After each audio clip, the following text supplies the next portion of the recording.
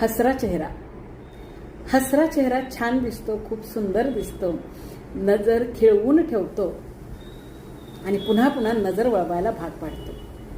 हसरा चेहरा बघणाऱ्याच्या चेहऱ्यावर सुद्धा हलकसं गोड हसू देतो, बरोबर ना? पण या हसऱ्या चेहऱ्याच्या मागं सुद्धा अनेकदा अनेक दुःख, अनेक वेदना लपलेल्या असतात, अनेक घाव पचवलेले असतात. पण प्रत्येक परिस्थितीत जाणीवपूर्वक, प्रयत्नपूर्वक, अगदी हिमतीनं, धैर्यानं सगळ्या परिस्थितीचा सामना करून आपला हसरा चेहरा, आपल्या चेहऱ्यावरचं हसू मात्र त्यांनी जपलेलं असतं.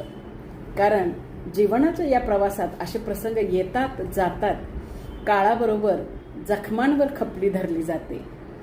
पण जर आपलं हसू मावळलं तर मात्र ते पूर्ववत करणं, पूर्ववत होणं तितकंसं सोपं नाही, हे आपण सगळ्यांनीच लक्षात घ्यायला हवं.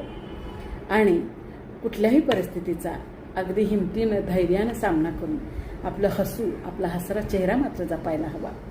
कारण हसणं ही परमेश्वरानं आपल्याला दिलेली अतिशय अनमोल अशी भेट आहे. हसू चेहऱ्याला सुंदर करतं. हसरा चेहरा सौंदर्याचं सौंदर्य खुलवतो आणि म्हणूनच तो सगळ्यांच्या लक्षातही राहतो आणि नजरा पुन्हा पुन्हा वळवायला भाग पाडतो. आणि म्हणूनच परिस्थिती कशीही असो, आपण आपलं हसू, आपला हसरा चेहरा जपायलाच हवा.